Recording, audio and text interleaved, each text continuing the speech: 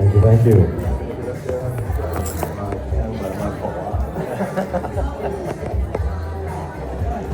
All right, let's get your. I think you've got your May 27th to the 20th. Greetings from the 51st state. A few of you get that. All right, so what's in a name? Amerigo Farms, named after Amerigo Vespucci, cartographer in the age of Columbus. After a successful career, he changed his life goals to whence it was that I made preparation to see part of the world and its wonders. He was a pathfinder before it was even a word. The first use of the phrase was recorded over 300 years ago after his voyages. Pathfinder, one that discovers a way. Being a pathfinder is in our DNA. Our parents were immigrants from Holland in the 1950s. Linda's father, Gary, at 18, and my dad at 22. Gary met his bride to be on a plane to Canada while sharing a smoke. My mom arrived with her parent and 6 siblings. It startles my mind to imagine the pure desire they all had to become one that discovers a way. 20 years ago, we identified Central Florida as a place to be for our growing greenhouse company, a place where the sun shines for free, exactly what our calla lilies need. One day of sunshine here is worth a whole month in Niagara in the wintertime. In '07, we rented and renovated a small and decrepit greenhouse in Apopka. At the successful conclusion of that 3-year trial, we were also one that discovers a way. But landing in America and then building a business and a life here is so much more than expected. Attending meetings of growers early on, we witnessed your pledge of allegiance. It was clear to us that these sentences are not mere lines to recite, but are revered in both heart and head. We are beginning to understand what it means for Americans to be citizens of the Republic. When you travel to our farm, you will see signs with quotes from your founding fathers. Patrick Henry, give me liberty or give me death. Thomas Jefferson, God who gave us life, gave us liberty. And my favorite from Ben Franklin, where liberty is, there is my country. Try and walk by them and not be in awe of what these men understood. Each one of them were one that discovers a way.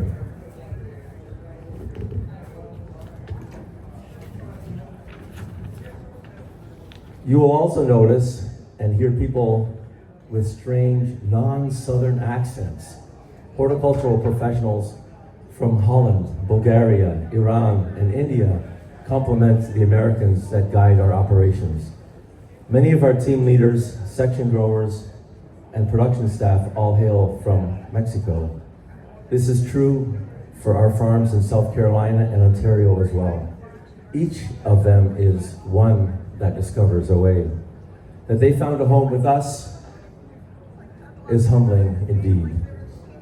As guests in your country, we cannot share any of the benefits of citizenship, but we can fly your flag, the biggest flag around for many counties. I am fond of welcoming groups of visitors under her, telling them that they are standing in the freest land, in the freest state, in the freest country in the world. Perhaps I can be forgiven of having been oblivious to the discovery by Satoshi Nakamoto. Why would an avid reader of The Economist be alerted to such a trivial event? It only took me 13 years to understand he was also one that discovers a way. But discover I did, and as all of you OGs, I could not and still cannot believe my good fortune at finally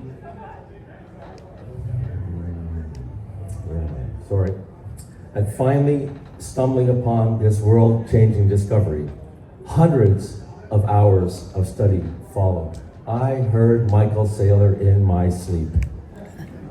It was clear to me that he was also one that discovers a way. His way I took to be my way. Buy Bitcoin. Never sell your Bitcoin. If you own a business, buy Bitcoin and put it on your balance sheet. That last part was not so easy to explain to our bankers with all their covenants and legalese and traditions. In early 2022, I did advise them what I was planning to do, and they did not say no. So buy we did.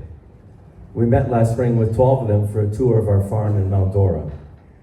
At the luncheon Linda served, I explained the potential of Bitcoin as pristine collateral. Glazed looks greeted me. I mean, why would you want instant settlement of this pristine asset over such a valuable thing as 100 acres of farms with greenhouses on them in several jurisdictions in 2 countries? There must be millions of people waiting in line to pay top dollar for one of those. Our entire Bitcoin community is fond of saying, we are still early. But there was one bit of advice from Mr. Saylor that I rejected. Don't be a miner. If you can buy Bitcoin, don't start a business mining it. It is too difficult. But I wanted to learn and to be a defender of the network. You might remember the good old days with the hash rate at 160. With our squadron of S19 XPs pushing out 7 petahash, we stood to earn almost 1 Bitcoin per month. Alas, they did not hold up, and Chinese service and maintenance warranties are as valuable as a shitcoin. But really, all you have to do is never sell your Bitcoin, and it has all worked out. We are partnering with partnering with Barefoot Mining on a more tried and true equipment. Our farm is now powered with almost 1 megawatt of solar panels.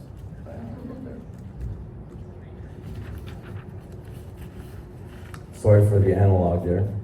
Solar panels, enough for the farm and the miners too. The network is now approaching almost 1 zettahash, and we will earn about 1 Bitcoin every 2 years. But I'm pretty sure that Bitcoin will be significantly more valuable over time. And if my math is right, will earn us approximately 250 transactions on the base chain every year. Perhaps that will be reward enough. I guess you could say we are still one that discovers a way. Thank you for your attention.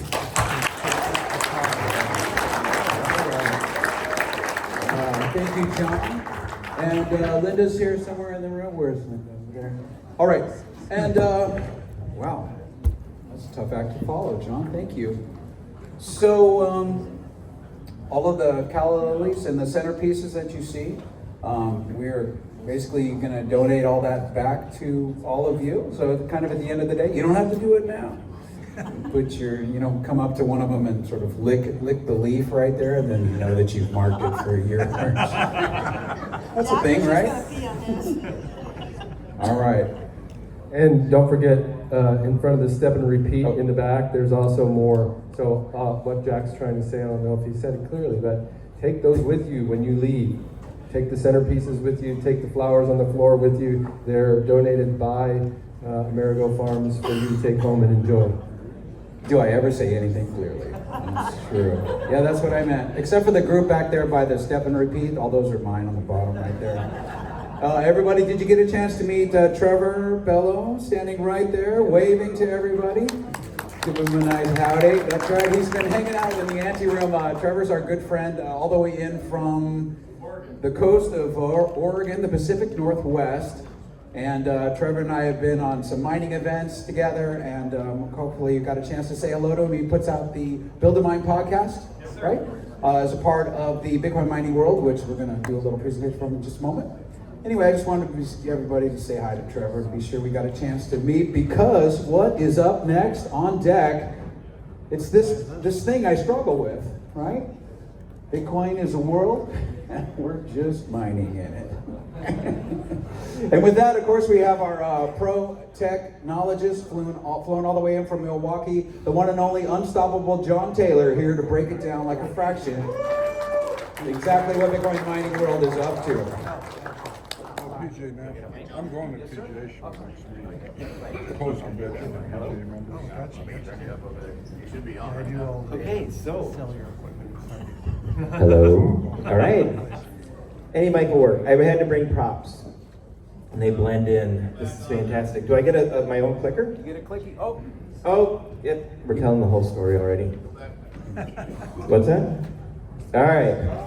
Bitcoin mining world. My name is John Taylor. If you don't know what Bitcoin mining world is, it is overwhelmingly feeding back. But we are the center of the Bitcoin mining universe. We connect everybody in the Bitcoin mining industry. So people who are looking to optimize their existing operation, or they'd like to get into the Bitcoin mining business, we provide education, community, and networking to help you get into the business. And we also sell equipment. So, I'm going to tell you a little bit of story, because Jack had some entertainment planned. I think Carrie was planned, but she had a thing to do on Monday, so they brought me in instead to kill some time. So bringing up the next generation of Bitcoin miners, what we do is provide that education and community for people so that they can get connected and learn what Bitcoin mining is about. Because a lot of the news today is about the big corporations getting bigger. They're buying more Bitcoin, they're buying more farms. And so in a capitalist society, you look at it and say, well, if all the big players are getting bigger, there's no room for the smaller companies to get involved into the Bitcoin mining business. But the way that Bitcoin is built, there is opportunity. We have people who are using stranded gas, or they're using load balancing. And there's a really innovative company in Illinois. They're doing it in Illinois, but they're from around the world. And what they're doing is they're taking tires, they're melting them down, and then they're getting all of the components like the rubber, the diesel, and then they're making propane. And they're taking that propane, putting it into a generator, and making Bitcoin. So they're recycling tires, and they're making Bitcoin. And there's a lot of opportunity for people to think different. Because with the big guys taking up all the cheap power, we have to look for alternative sources, and that pressure is creating invention. So I'm going to take you back on a little bit of a story, because I like to tell stories. The West was one. And I know that Chris earlier who said that everything everything you learned about the Old West is untrue and made up. This is probably the same, but we'll try to keep it somewhat real. The miners who went out for gold, they had to go out west. They had to make their own tools. They had to invent their own tools to mine that gold. Then the next generation came out, and they were the businessmen. And they already had the innovation. They already had a lot of the lay of the land, but they brought trains of people out, because there was no trucks back then. And they optimized the mining operations.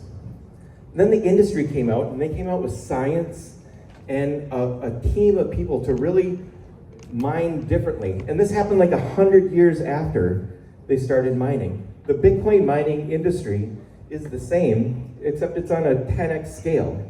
This happened in 10 years. So those early Bitcoin miners, they had to figure out how to do this. They had to make their own tools. They had to invent those tools. Then in 2017, that next generation came out, and the supply chains were worked out, and the industry was streamlined. And now we're in that third phase, where science is really catching up with the business. So, what we do in Bitcoin mining world is provide that connection in that third phase. We are that last group that helps you get into the business with innovative ideas. We do that with community. And one thing in the community is getting people connected through virtual conferences, live conferences, and other events where you can connect with the Bitcoin mining community. Trevor has a mastermind group on Friday at 10 o'clock. And in that group, you can deep dive into Bitcoin mining. Trevor, do you want to come up and tell a little bit about the mastermind? Yeah, of course. So our mastermind group is a mix of everyone in the Bitcoin mining industry, whether you're a pleb like me using heat reuse or you're an industrial scale miner like Bob Burnett. This group is a group of like-minded individuals who are all trying to help with the mission of raising up the next generation of Bitcoin miners. As John alluded to, we believe building a proper foundation upon Bitcoin mining is how you grow and remain profitable throughout the future. So every week, like John said, we meet, we have community calls where we brainstorm together, we talk about your guys' situations and what is helpful, what's not helpful. And then every other week, I like to do a deep dive where I bring someone from the industry into our mastermind group and they talk about things like insurance, taxes. I know the stuff nobody wants to talk about, but it's important because you're building a business that you want to be profitable throughout the next cycles of Bitcoin. So that's the Mastermind Club. It's a lot of fun. Join us. I'll be there every single week from 10 a.m. to 11. Yeah, 10 to 11. That's 11 to 12 in Florida time. But that community is, just a great way that we can all connect because we're all in this together. And the best thing about Bitcoin is that if you tell this person over here how your mind is working, how you optimize it, how you do better, you two aren't in competition. We're all in competition for the block reward. And so we can share, we can grow faster together. And I think that's really the foundation and the ethos of Bitcoin. 100%. Education. We have the Bitcoin, The Build a Mind Bootcamp. There we go. All right, this is why I need help. The Build a Mind Bootcamp is an education program where we help people get into the business.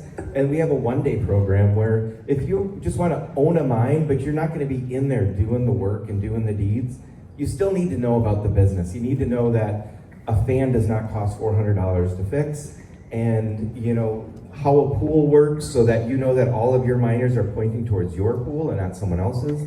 The little things so that you can make sure that you build your operation correctly. And we also have a longer program, and we're in the process of working with the Web3 Certification Board to provide certification for Bitcoin mining. So the industry needs a certification board to say, hey, I'm capable and I have the base knowledge to work in a Bitcoin mine. And we're working with some of the largest companies that you hear about, the publicly traded companies, to get all of their miners, operations people, certified. And we sell equipment. We sell miners. We sell hosting. We sell mining sites. We have sites that you can purchase in Kentucky and Oklahoma and everywhere else that you can flip a switch and you own it. There's property, there's real estate. The reason that's important is because when there's real estate and there's Bitcoin mining and there's this operation, you can buy it in different ways to optimize your tax benefit. I'm not a tax professional, so ask your tax professional of how that would help you in your portfolio. But there are ways that this can help benefit your overall financial outlook.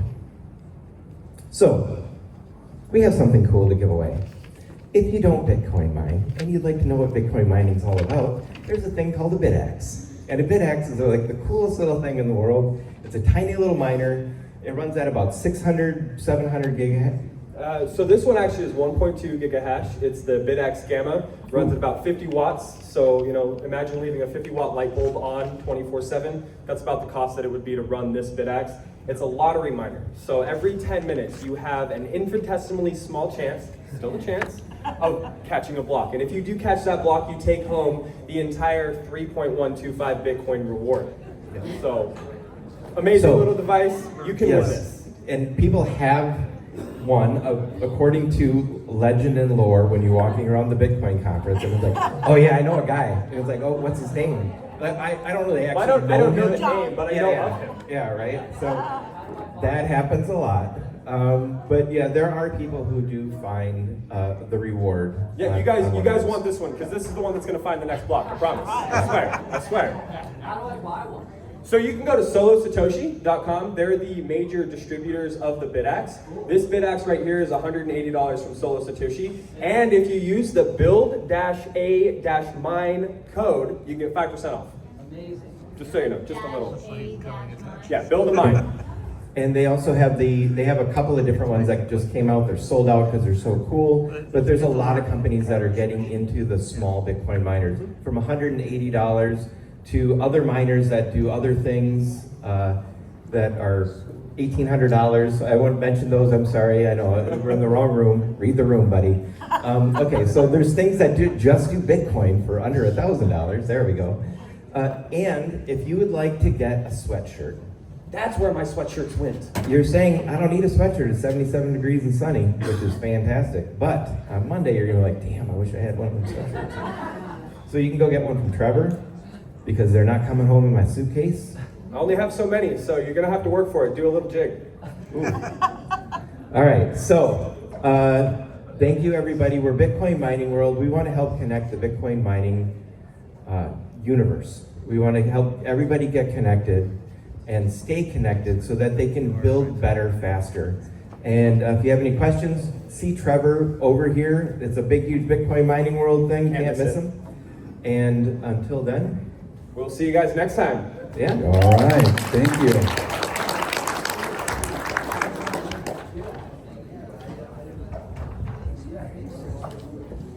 Thank you, John.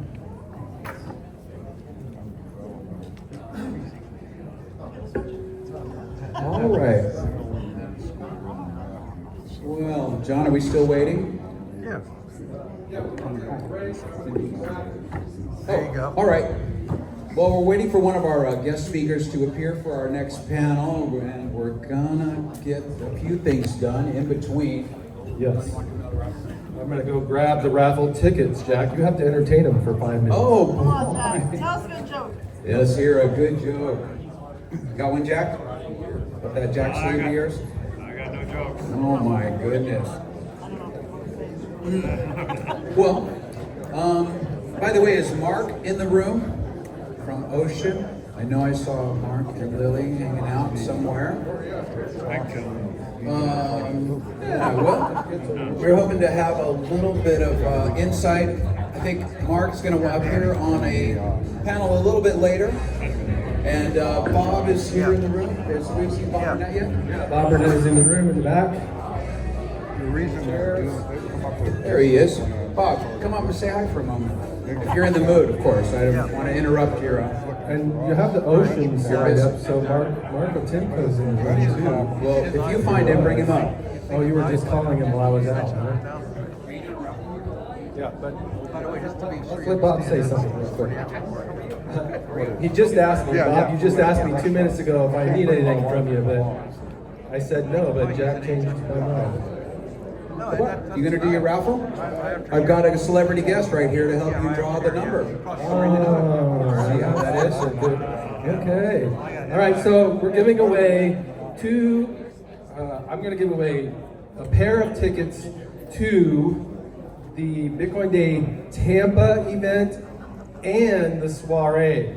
So this includes Bitcoin Day Tampa plus the Sound Money soiree, both taking place at the same venue on the same day, June 14th.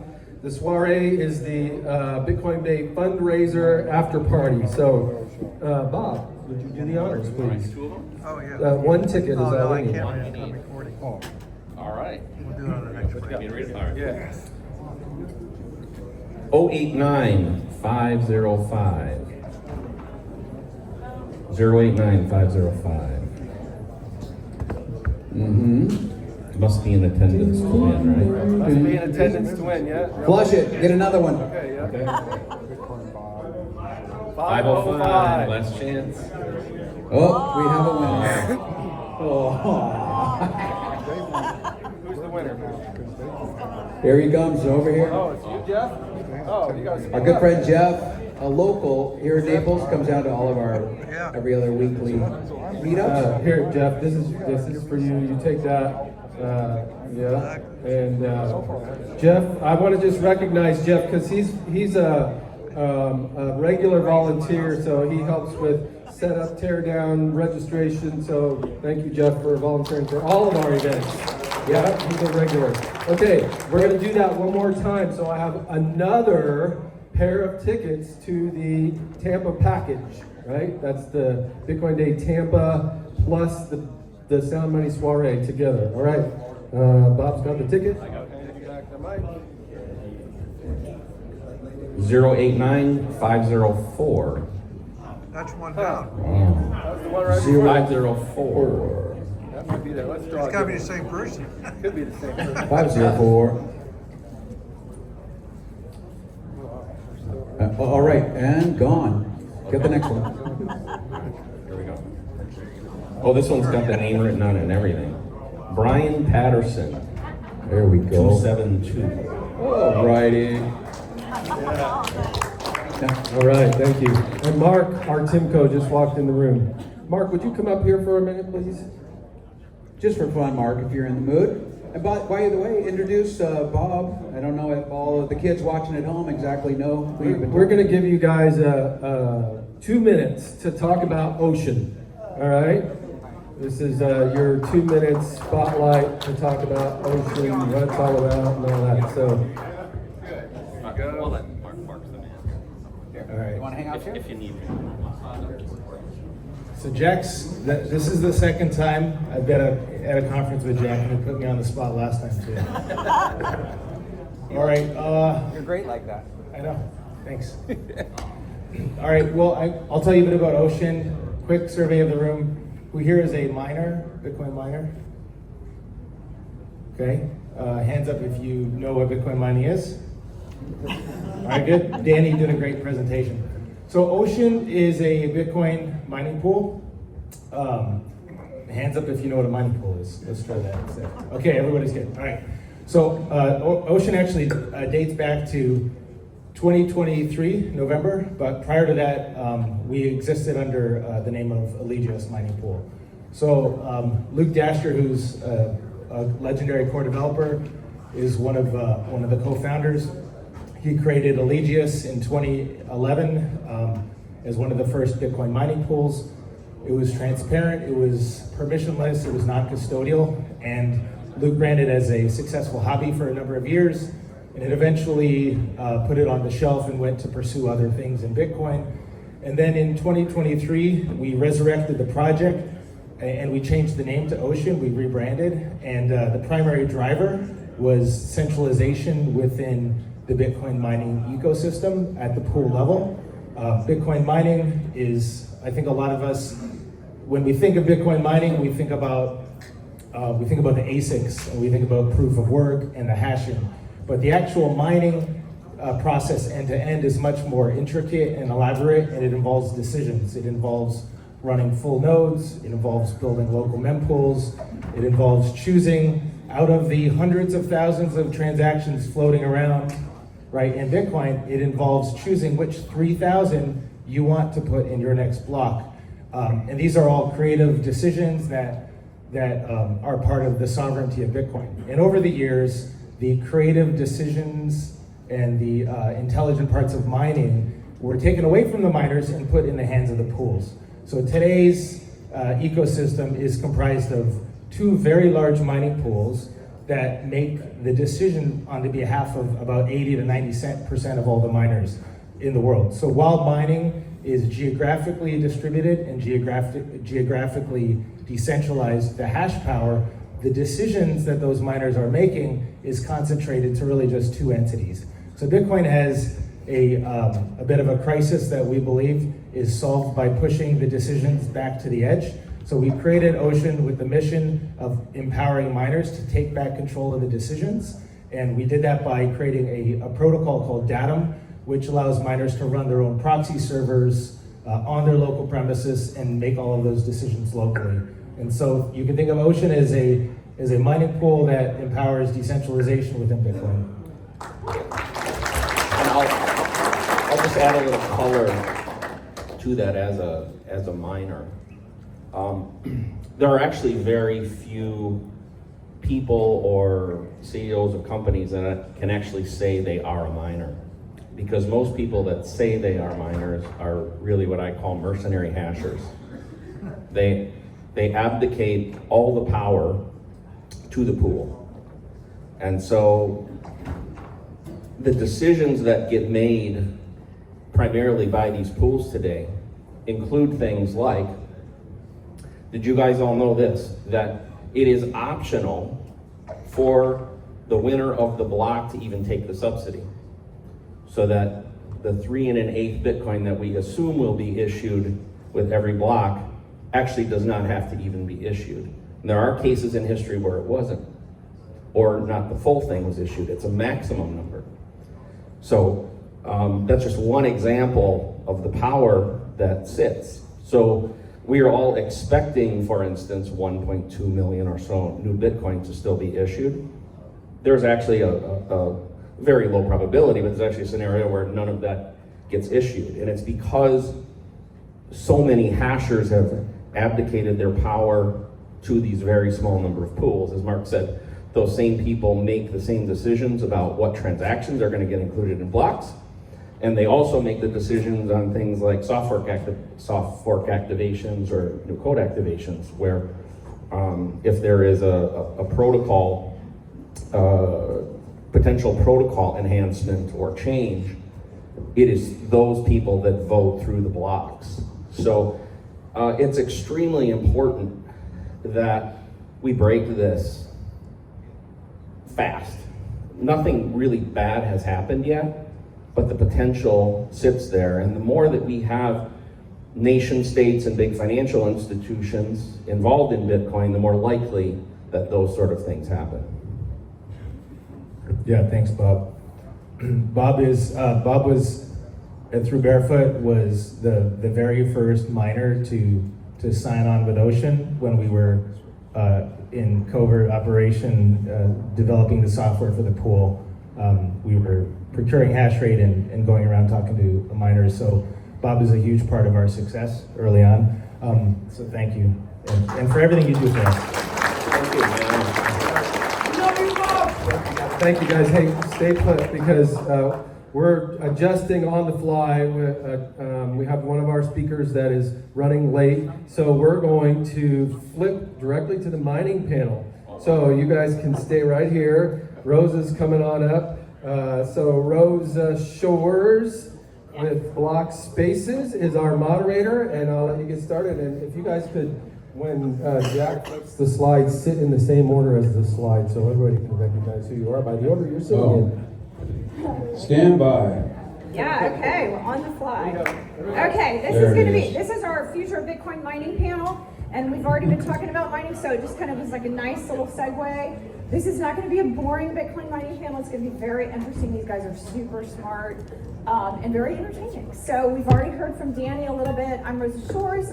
I'm the CEO and co-founder of Block Spaces. We are working on Bitcoin native financial infrastructure. We believe that there's going to be lots of companies that are going to have Bitcoin in treasury, as well as businesses that need to do things like collateralize their assets. And we have this pristine collateral that is on traditional financial rails. It kind of is a moot point. So we're building Bitcoin native financial infrastructure. So joining me today, of course, Bob Burnett. Everybody knows we were just at lunch and somebody said, ooh, Bitcoin celebrity. So that was cool. He's great. Mark is joining us. David and Danny, who you guys have already met. So this is going to be a really great panel, and I promise you it will not be boring. Yeah.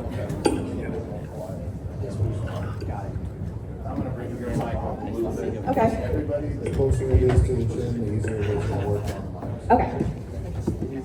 All right. So this was actually a really good segue. So even though I think Charlie just got here, of course. So Charlie was running a little late, but it was a really good segue since we already had Mark and Bob up here talking about Ocean and some of the amazing things that they're doing. We love that project. So I think Danny did a really great kind of overview of Bitcoin mining, and it seems like everybody in the audience is pretty savvy. But maybe do kind of a quick overview just so we can all level set on what is mining and why is it so important? Yeah, so I'm back. What's up? Talked about, I think, to give a very, very brief recap of my presentation, that was more focused on kind of like mining 101. And we wanted to provide these insights to folks, and I think I took the lens of talking a little bit about the utility that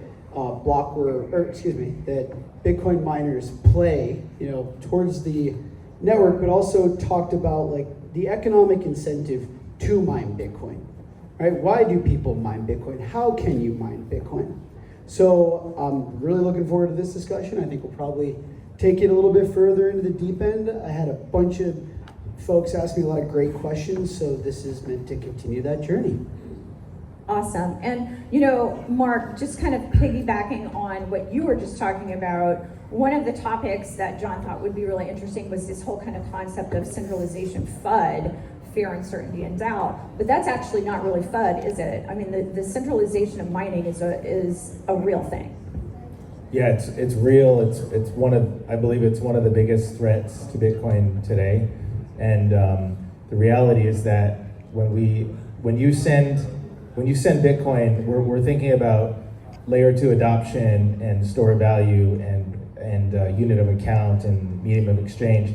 But every time we send a Bitcoin or some Satoshis, it gets included in a block, right? And there is probably an 80% chance that block is going to be found by Antpool or the consortium of companies that Antpool controls, or it's going to be found by Foundry.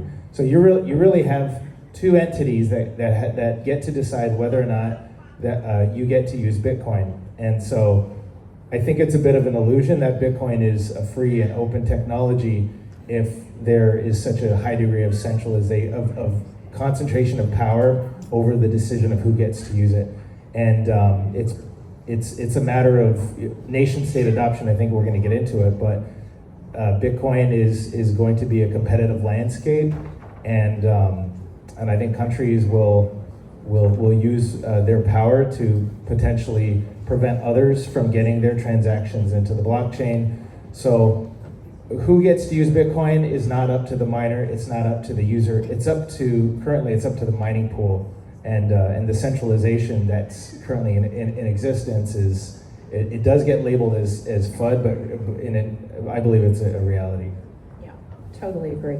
And Bob, you talk about that a lot, like the different kind of levels, and that's such a great spiel that you always do about how you kind of categorize different levels of miners. Can you just kind of share that with the audience, because I always love listening to that. Sure. I think we can divide the mining community into three large buckets, and I call them rabbits, horses, and elephants. The elephants are probably pretty obvious. They would be the really large commercial miners, mostly the Pubcos, the Marathons, and the Riots, and the Clean Sparks. They build these very, very large facilities, 100 megawatts, 200 megawatts, gigawatts, some of them talk about. They are big and powerful. Their hash rate does help secure the network, so I don't want to come off as overly critical of them, but is at the same time that they're big and powerful, they're also very difficult to put up. They take a long time to put up and a lot of capital. They're impossible to move. They're pretty much stationary, and they're what I call easy to hunt. So in a world where regulators, tax authorities, bureaucrats want to attack mining, they're kind of sitting ducks. Maybe I should have called them ducks. So on the other end of the spectrum, we have the rabbits. We saw the BitAxe earlier, the BitAxe giveaway. People running BitAxes or an S9 in their garage, God bless them, would love to see millions and tens of millions of people doing that. Rabbits individually aren't very powerful, but collectively they can make a difference. And you think about a farmer's field and say, one rabbit in a field of cabbage doesn't really matter, but thousands of rabbits cause a lot of problems. And if the farmer comes out and starts trying to hunt the rabbits, they scatter. He'll catch a few, but he'll never catch them all. And so maintaining a really large and material collection of rabbits is very important to the security of the network because they are the most immune from ever being attacked. And the horses sit in the middle. My company sits in the middle. I think I put Danny's company in the middle too. We are horses. We are small to medium-sized commercial miners. Thoroughbred horses. Yeah, there you go. Yeah, not Shetland ponies. Just to make it Yeah. stallion. Wild Bronco. Wild stallions.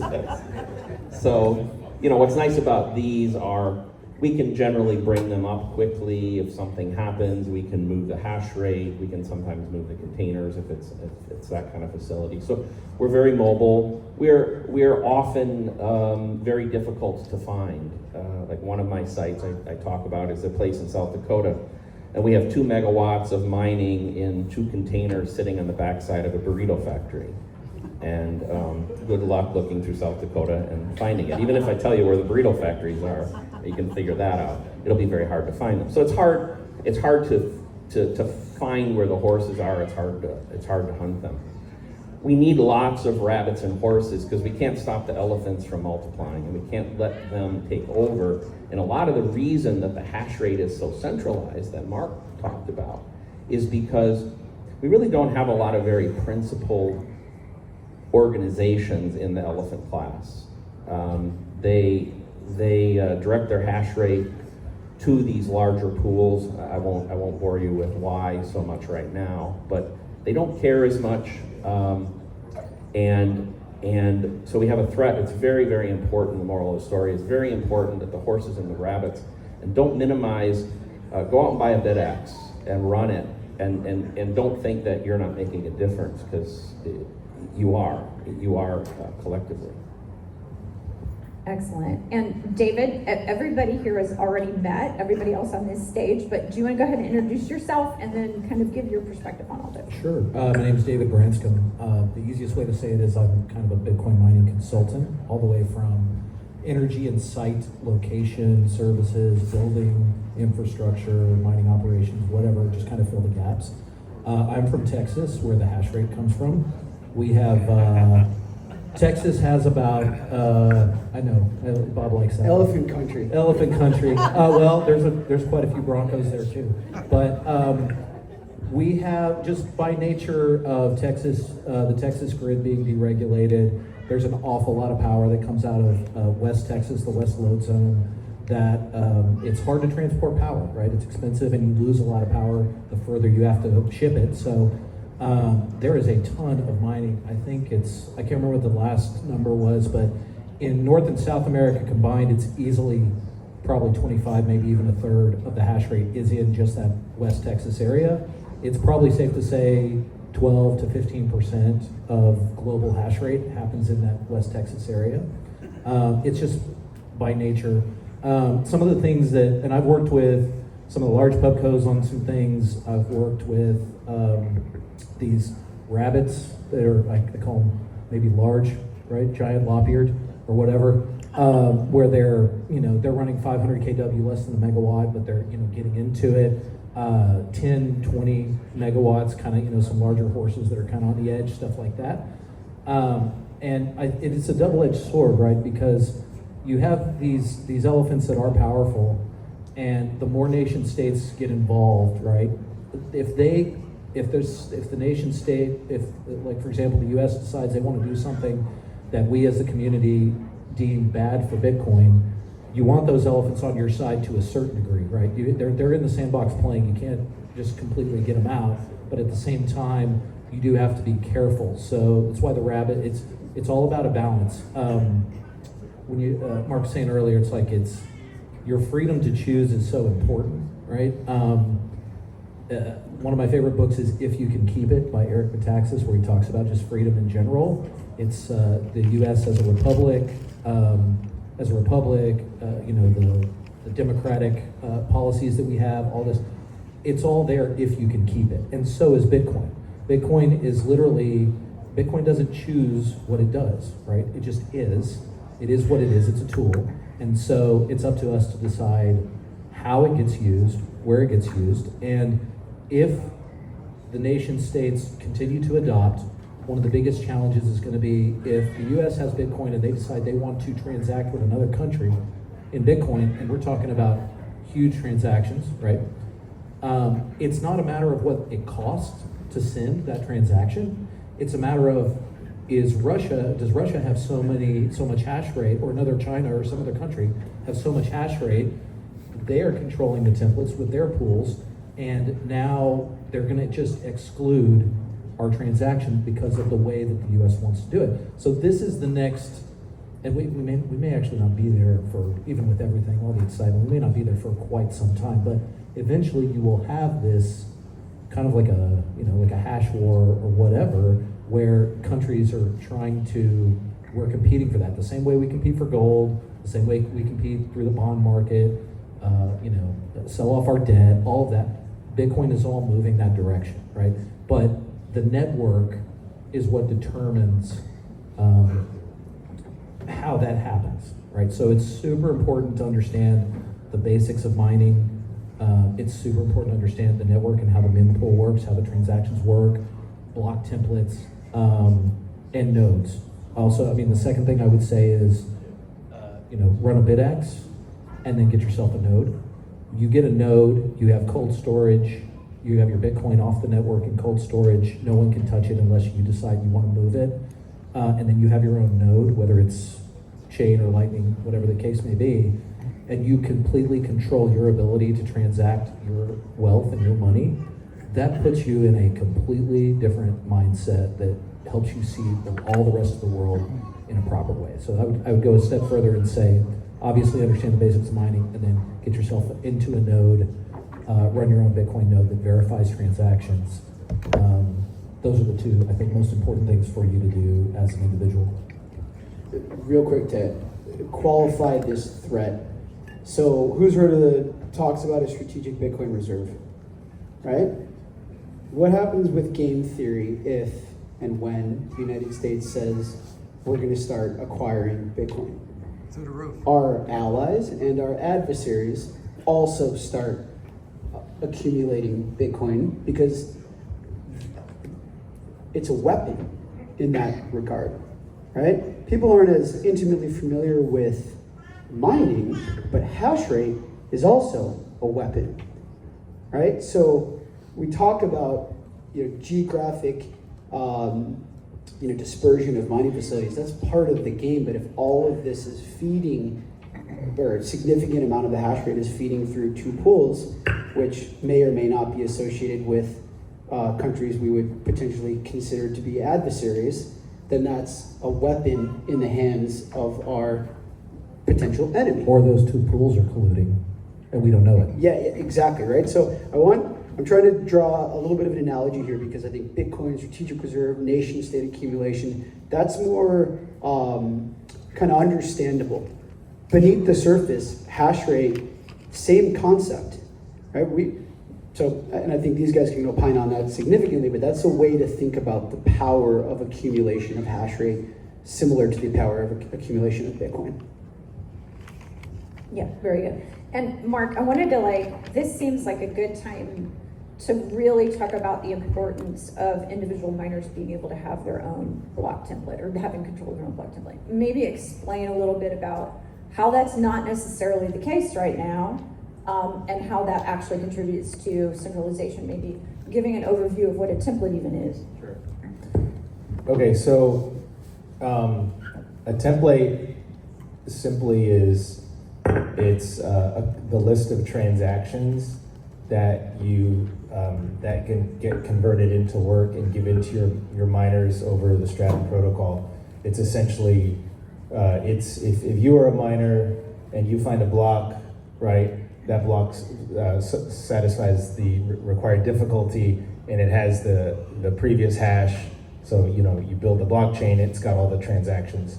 So the block template, it's not a new concept, but it's a new term because miners haven't been making their own blocks, I don't know, since early on, 2011, 2012, 2013, when the pools took it over. So and again, maybe just to go back to the sequence. So the mining process starts with running a node. hands up if you've read the white paper. I'm sure everybody in this room, okay. Satoshi talks about honest, he uses this term honest nodes like 6 or 7 or 8 times. And I was reading it like the 5th time because it's a hard comprehension. And I was wondering, like, he keeps talking about honest nodes, but there's really no mention of mining, right? In the white paper, aside from the reference to it's kind of like gold mining. So every time he's talking about an honest node, he's actually referring to miners, because in the early days of Bitcoin, there was no distinction between miners and node runners. You had a computer. On the computer you ran the Bitcoin software, right? And you ran a node and you peered with the network. You built the blockchain, you validated the blocks, you validate transactions, you store a copy of the blockchain. That's what makes... Early on, there wasn't enough demand, right? Not enough people needing to transact in Bitcoin. Right. There was really no need to control. They were desperately just trying to fill blocks. Right, yeah, so there was definitely more than enough block space to go around. One of the buttons in your node was get Bitcoins. So if you clicked on get Bitcoins, you would essentially use your own compute power of your PC to mine Bitcoin. So nodes and miners were synonymous with each other in the early days. But in order to mine the Bitcoins, you had to run the node. You had to select which transactions you wanted to include. You had the freedom to prioritize different ones in any way that you saw fit. And then you would direct your own hash power to that. And so the evolution of mining pools split the intelligent parts of mining, which is running a node, choosing transactions, building a template, from the raw hashing. So miners became the raw hashers, and pools became the deciders of what goes in the chain. So the template concept is something it's rather simple, but it's foreign to a lot of miners because we haven't been doing it for many years. And it's not difficult to do. We actually wrote, at Ocean, we wrote the Datum protocol, which essentially, if you want to compartmentalize it, to mine Bitcoin, you need a node, you need a Stratum server. The Stratum server is what translates the transactions into the Stratum protocol, which the ASICs can actually understand. So you need to have a Stratum server combined with an ASIC, combined with a node in order to mine Bitcoin. And so building a block template is just having a Stratum server. So we made it super easy by creating Datum, and Datum is, it's 250 kilobytes. It sits on top of a node. You can run it on a Raspberry Pi, and it empowers miners to such a large degree. It's seen a lot of adoption. I think about 70% of the hash rate, 70 or 80% of the hash rate on our pool are miners who are making their own blocks and in a sovereign way, making their own decisions. They can even add their own transactions in there for free if they want. They can label the blocks, their name. Barefoot labels its blocks Barefoot Mining. And there's a lot of customization features within it, but it goes back to the premise of being the entity that actually decides what to put in the chain. Can I ask Bob? I want to ask Bob on this one. So this gives the miners the choice to choose what kind of transactions they do and don't support, right? It's pretty obvious, I think, if you're talking about a pubco, someone that's just concerned about their profits and loss, their P&L, profits and loss, stock price, things like that. It's pretty obvious. They're always going to be incentivized to try to be as profitable as possible, right? So if something may not be illegal, but may be questionable or ethical, right? But they can still make money on it. They're incentivized to do that, and every shareholder is a boss, right? So that's their incentive. What are some of the potential dangers of that, Bob, just kind of from a high level? Yeah, you're right. But as a guy who sat in the C-suite at a Fortune 200 public company in the past, not in mining, but in my previous career, I do think there is one piece of that people miss, even a lot of the people in the mining industry, and that's that while you do want to make the most money, you want to make the most money over the long term, not necessarily the short term. So David's correct that right now the large mining companies essentially will put whatever is available that they can get through the nodes. They'll put anything they can get through the nodes in, and they'll somewhat maximize short-term revenue. But the danger is, there's several dangers actually, but one is that Bitcoin loses its ability for monetary purposes because it's spending so much time. We will call it spam, other people may call it other things, but even whether it's noble or not, the inscriptions and the ordinals and the ruins and even Sailor's project for IDs and all those sort of things, those fill up block space. So they're going to increase the price of block space for the average person. They're going to make it more and more difficult to run nodes over time because the amount of storage required to run a node is going to get bigger and bigger. And I think that there's a certain reality that I think Bitcoiners need to understand, especially if you own shares in a public mining company. I would hope that what you would do is, as a shareholder, ask them to behave in a way that's the best for the long term of Bitcoin, and that's part of what you're doing. And if they are not, that you put pressure on them. You can do it by voicing to their investors relations people, and if they don't respond to that, you can sell their stock. Like that's how you put pressure on them. I think it's probably a good time too, if I can segue a little bit, to put some numbers around some things, and bear with me for a second, but I think most people know that the average block time, meaning the mean, is 10 minutes, right? If you extrapolate that math, you'll find that there are 53,000 blocks per year created by the network. There's really nothing that we can do to change that number. Each block has a finite size. On a technical basis, it's called 4 million weight units, but for purposes of today's conversation, you could think about it, I'm going to round up actually, we'll call it 4,000 transactions can fit in each block. So that means, do that math, 4,000 transactions times 53,000 blocks a year, that gives you just over 200 million transactions that the network can support on an annual basis. Some will disagree with me, but I don't believe there's anything that will materially change that, certainly in my lifetime, and probably much longer than that. So if you think about 8 billion people in the world, you think about 330 million corporations in the world, and 200 million annual transactions, what does that mean? That means there's not that much space. So there will be, these gentlemen all alluded to it to some degree or another, there will be massive competition and wars. Are they people dying or not? I don't know. I wouldn't be shocked me actually if people died over this at some point.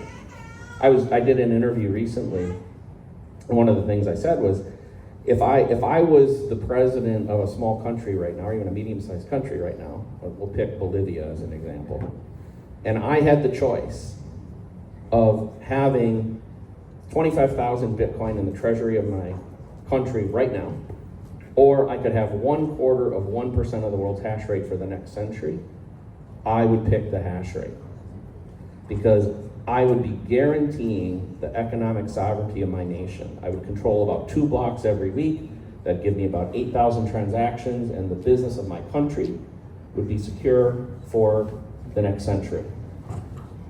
If I take the Bitcoin and I have no hash rate, I'm extremely vulnerable. I think David was the one that talked about the threat that posed. Is you may find bigger nation states or bigger organizations that decide you can't move your Bitcoin, you can't get access to your Bitcoin.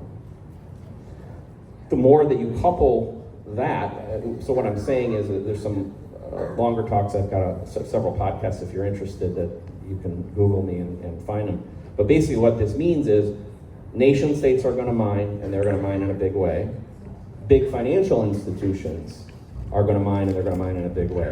Citibank, Bank of America, Deutsche Bank, Mitsui, all these big corporations, they will be, my prediction, 15 years from now, these will be the biggest miners in the world. Not the Pupcos, not any of those. They will be the biggest miners. We need the Blockwares and the Barefoots and the Rabbits to still be there, so that there is a portion of the network, a portion of that 200 million that we can still control and manage in the spirit that we currently have within Bitcoin. So Bitcoin success, that's so funny, Bitcoin success is to a certain degree its biggest obstacle in this, because the more successful it is, the more that wants to happen. Yeah, which is excellent. And, you know, of course, Black Spaces is working on a product that can actually help with that kind of, if you want to call it the commoditization of block space itself. But that kind of leads me to, when you think about all of these, you know, large institutions needing block space, all of these companies that we believe will have Bitcoin in treasury, those companies are going to need tools like they have right now. You know, usually when you have an asset on your books as a CFO or whatever, you have the ability to collateralize that, move that around, use that as an asset on your books, but there's not really the ability to do that from an infrastructure perspective, would you say, Bob? Yeah, I mean, this whole thing will change the way CFOs look at the world, the way treasury management occurs, the IT departments. But I'll give you an interesting fact. In 2023, Bank of America's IT budget was $11 billion. So if Bank of America looks at Bitcoin, for instance, as something that's existential to them, in other words, they will either flourish or they will perish based on their participation and control in Bitcoin, which ultimately will come down to control of block space. How much money will they throw at it to make that happen? The entire mining industry in 2023 had revenue of 12 billion. Bank of America spent 11 billion on just their IT budget. So if that put some things in perspective. I don't know if I answered your question, but answered some questions. Well, you're talking about protecting your investment, right? If you're exposed to your Bank of America, for-profit company, publicly traded, you want to maximize shareholder return, you have exposure to Bitcoin, your mining provides a lever to protect your investment. Thereby, there's an incentive. I thought your nation state example was spot on. I actually hadn't thought about it through that particular lens, but you're making your future success more certain by controlling that kind of underlayer. There's one other point I'll add to that nation state point is it's also a way in that Bolivian example where they can leverage their natural resources. Basically, Bitcoin mining provides an incentive to generate more power, right? That creates jobs. It stimulates economies. So it's really a very accretive proposition if you go soup to nuts on this. You're constantly creating Bitcoin, so you've got that asset, then you're protecting that by mining Bitcoin, and you're stimulating your economy by leveraging, natural resources to basically protect your investment. So it does become a pretty logical proposition, doesn't it? I think what I'd be most interested to see is, and this is something that I guess a nice way to kind of push back against that type of a future where, all the big banks are fighting over it. And you see this already, but nation states are doing it at some large degree, but a lot of people, like Bob, your facility in, is it North or South Carolina? The hydro? Yeah, the hydro facility. There's still a lot of opportunities for sovereign individuals, whether they may even be in an oppressed area, right? But they can kind of fly under the radar to some degree to take advantage of all of this energy that geopolitically has been shut down, right? So like hydroelectricity, especially in South America, where one politician says, "Oh, you can't sell that to that country anymore because my cousin married somebody over there and I don't like them," right? It's like weird stuff happens, but we have this ability to take advantage of that. So what I think is interesting about it is you all, at the same time you see all of these big corporations hopping on the mining side, you see all these people that have access to this energy, they have these resources that they have not been able to ever monetize. And they're doing it, and they're self-funding it. There's no government interference, there's no subsidies, there's no political agenda. It is literally them saying, I have access to all this energy that I've never been able to do anything with, and they're able to turn that into something. Well, the only way you could stop a bid-ax, right, is if you outlawed the internet and took power away from every single person in the US, right? So that's a strong message, but you see that also with the horses, and there's even a couple that I would call elephants, Bob, you know what I mean, that are huge, like hydroelectric dams that are stranded geopolitically that are now taking advantage of Bitcoin and that sort of thing. Bob, can you, real quick, kind of at an individual level, you're talking about block space, have you thought about, because I think about it all the time, it's like if I'm living on a Bitcoin standard, and that's what I'm trying to do now, right? I am mining, a lot of my income comes in the form of sats, right? Figuring out the tax structure is kind of a challenge, but I'm figuring that out, how to do that. But once we figure that out, it's like, my concern is, how much longer am I going to be able to use to be on the Bitcoin standard like that without having to have some kind of a custodial, do you have any insight into what that could look like? Because like as individuals here who are in Bitcoin, how do I transact it if someone, on ramps and off ramps? What are the challenges there? Yeah, that's a great question. Before I answer that, you made also some really good points. What David was referring to was he asked about my facility in South Carolina, where we own a hydroelectric facility, and we aren't connected to the grid. We create our own energy, and I also have a site now in Indiana connected to a dairy farm where we produce a couple megawatts based off of the methane from the cow shit of a dairy farm, also not connected to the grid. And I also own several natural gas wells, stranded natural gas wells in Pennsylvania, and we mine off of those. And I call that wild mining, and I call it wild because the opposite of wild is captured, right? So if I'm captured, and I have plenty of on-grid sites too, but I view that as captured mining. I must have permission from somebody else. I am dependent on them fulfilling their obligation, and there's always a chance that either they don't fulfill that obligation or some regulator or tax authority or something could make my life difficult. So our trend is more toward wild, and by the way, that is where the cheapest energy is. So I think you somewhat implied that, but our lowest cost energy sites are in places like that where, I won't give specifics, but let's just say like well under 3 cents per kilowatt hour to generate energy in those places. And on grid, it's pretty hard to find it right now, something like that. Well, Bob, and oftentimes those are actually cost centers before you come in there and think about flared gas, right? Like in some places that's literally like a cost.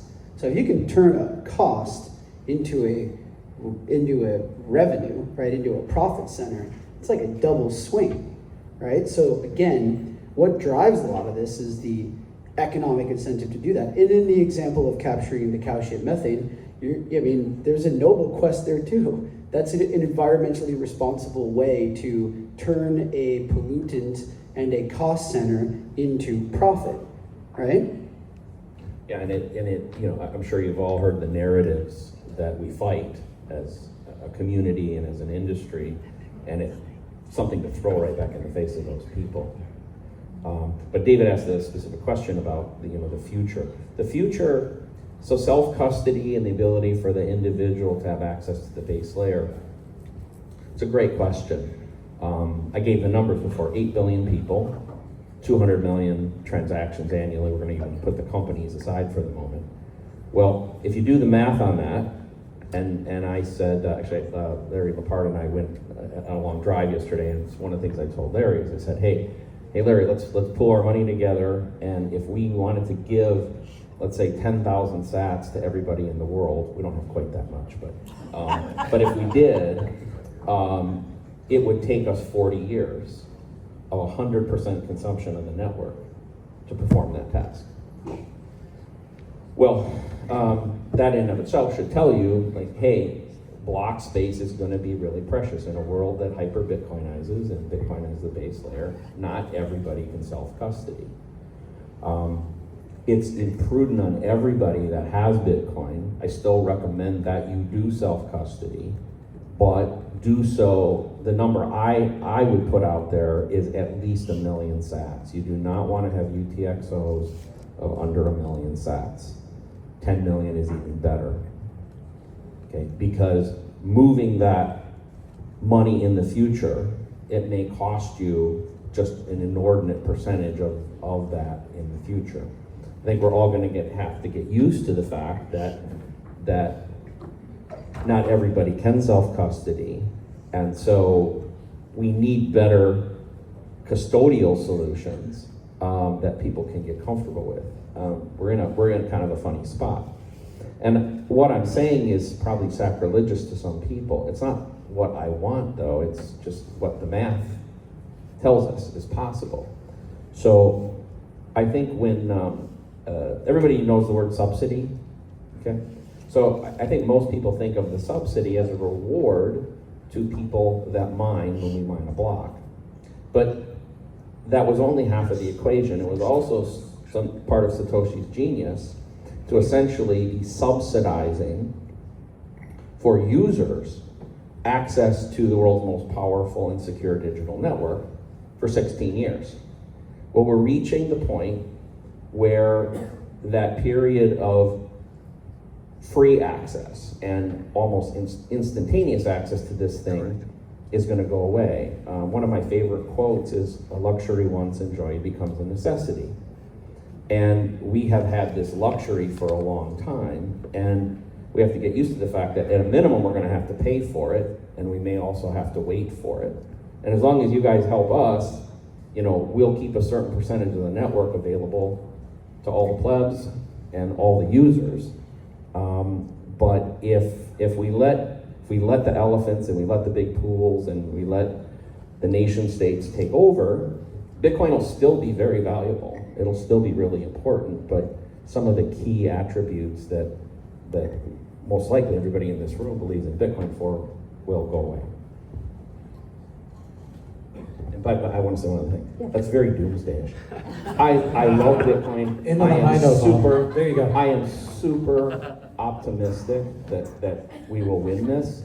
And part of the reason I come to places like this is by letting people know and understand that this threat exists, we can defeat it. Okay, and so but it's in our hands, right? I've said publicly many times, Bitcoin is money for the next 1,000 years, as long as we take care of it. Okay.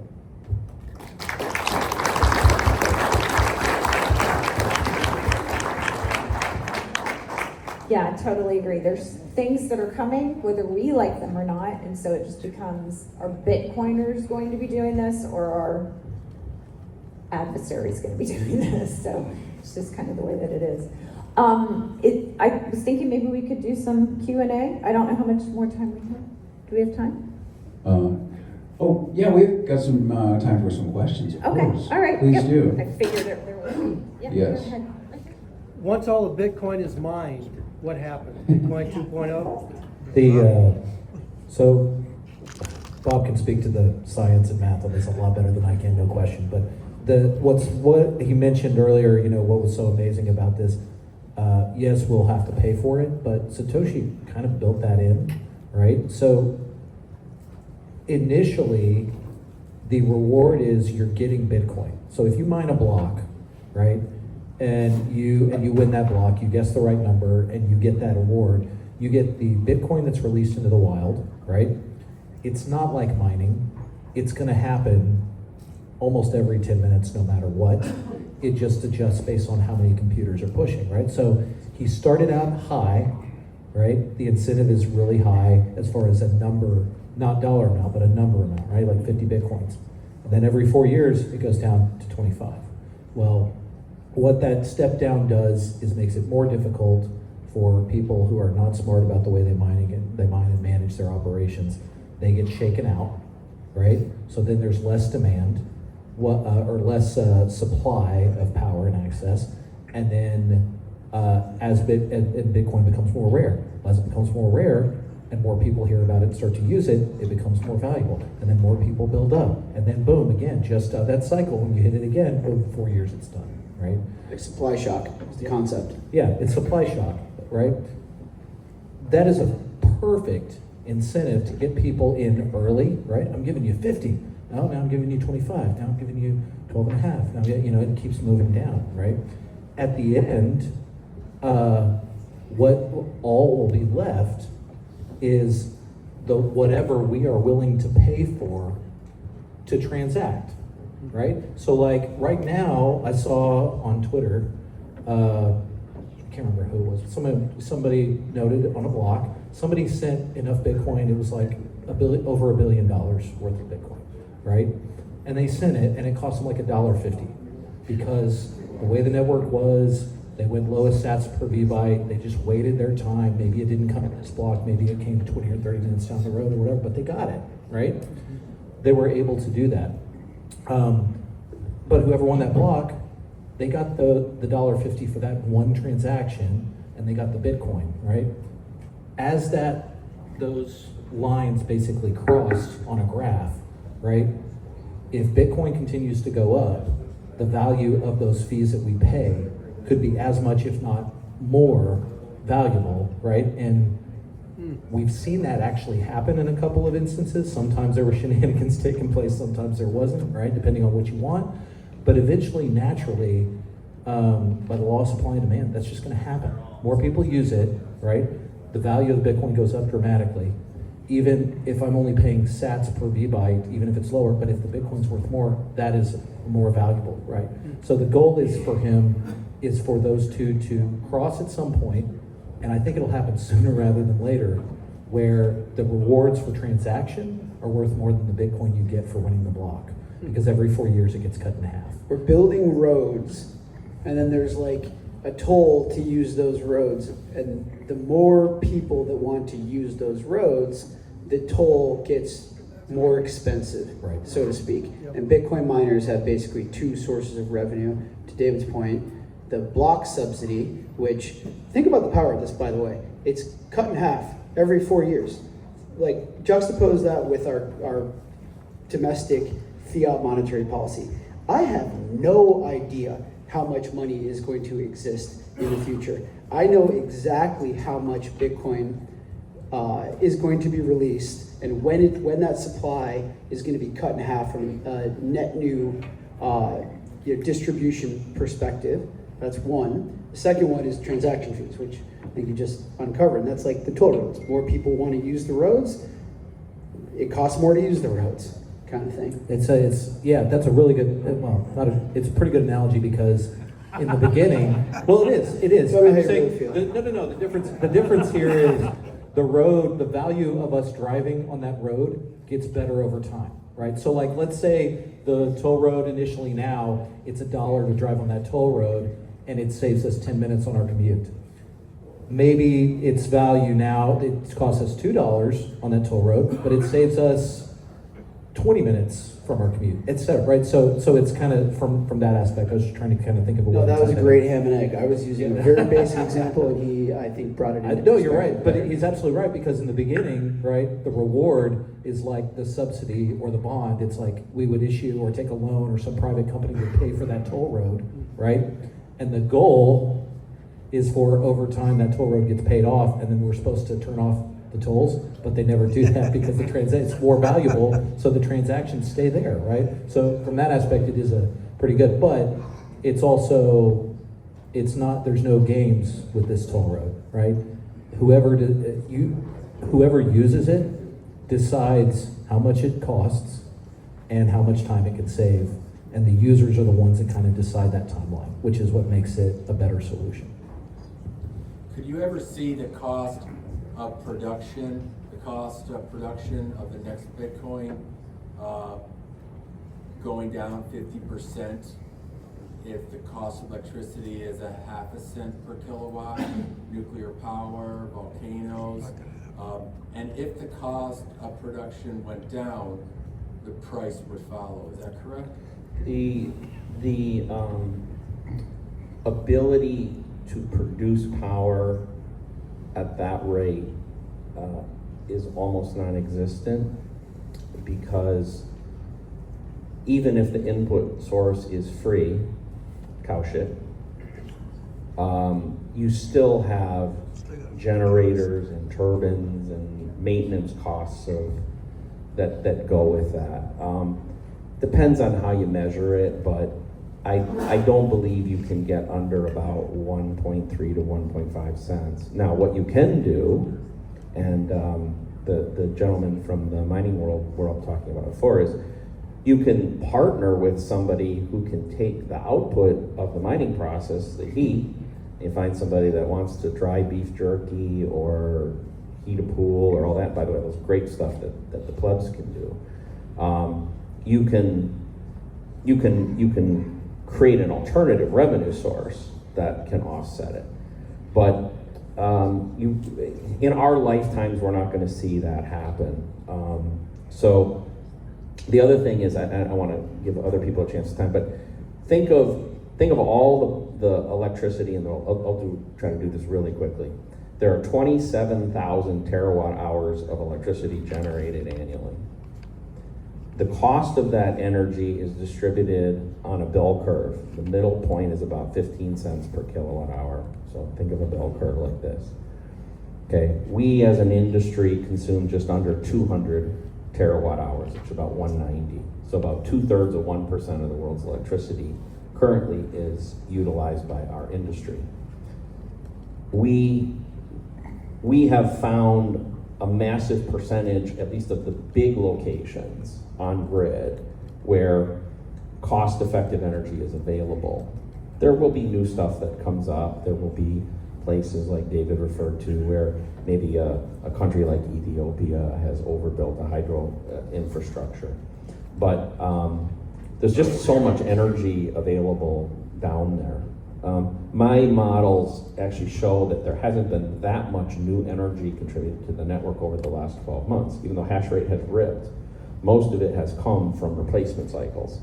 People taking S19 running at 90 terahashes per second and putting in a 234 terahash per second S21 in that. Well, okay, that's 150 extra terahashes coming into the same power source. So anyway, the cost of productions is unlikely to go down. It's probably about where it's, well, the operating cost of running a facility is about where it is. You know, what happens with global hash rate and fees, really probably the main determiners of how profitable we are. Yeah. Okay, I think we have to cut it off. I'm sorry. These folks are going to be available in the room here to answer questions if you want to catch them after the panel. Let's give these guys a big round of applause.